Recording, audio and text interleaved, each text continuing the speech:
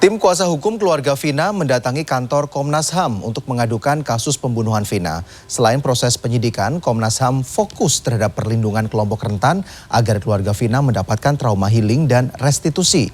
Sementara itu, usai anaknya ditetapkan sebagai tersangka, Ibunda Peggy Setiawan syok dan menutup diri.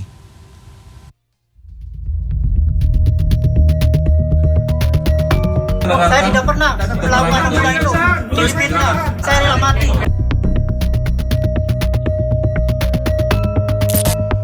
Senin siang, tim kuasa hukum keluarga Vina Cirebon mendatangi kantor Komisi Nasional Hak Asasi Manusia atau Komnas HAM di Jalan Latu Harhari, Menteng, Jakarta Pusat. Selain memenuhi undangan dari Komnas HAM, kedatangan tim kuasa hukum sekaligus untuk membuat pengaduan mengenai kasus pembunuhan Vina. Usai menggelar pertemuan tertutup selama kurang lebih 1 jam, Komisioner Pemantauan dan Penyelidikan Komnas HAM Uli Parulian Sihombing menyebut pihaknya akan mendalami lebih lanjut aduan keluarga Vina yang disampaikan melalui tim kuasa hukum mereka. Selain telah menerima perkembangan terkait kasus pembunuhan Vina, termasuk proses penyidikan yang sedang berlangsung, Komnas HAM juga fokus pada perlindungan kelompok rentan yakni perempuan dan anak, agar keluarga Vina bisa mendapatkan trauma healing dan restitusi. Kemudian yang paling concern ke Komnas HAM terkait dengan perlindungan kelompok rentan, perempuan dan anak gitu.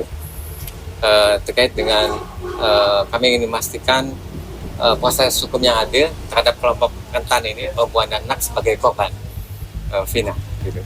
Sementara itu, kuasa hukum keluarga Vina Putri Maya Rumanti menyebut pihaknya telah menceritakan kronologis hingga perkembangan kasus Vina terkait 2 DPO yang dihapus oleh Polda Jabar.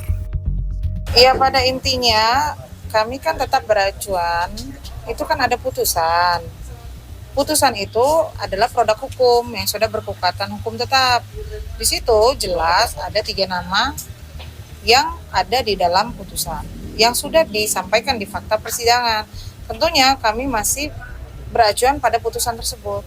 Karena jika itu dihilangkan, siapa yang akan bertanggung jawab dalam kematian Vina? Setelah Peggy Setiawan ditetapkan sebagai tersangka kasus pembunuhan Vina dan Eki, kediaman keluarga Peggy di Desa Kepompongan, Kecamatan Talun, Kabupaten Cirebon, Jawa Barat, tampak tertutup pada Senin. Berbeda dengan hari Minggu lalu, Ibunda Peggy masih menemui dan berbincang bersama sejumlah wartawan, bahkan menyaksikan konferensi pers melalui handphone. Sejak konferensi pers itu, keluarga Peggy menutup diri.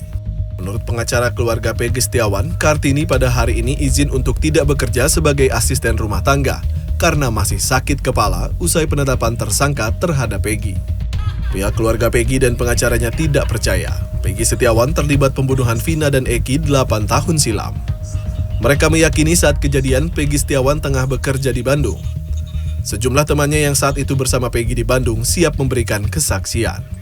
Merasa shock dengan kemarin dinyatakan bahwa Peggy adalah betul-betul tersangka, ya.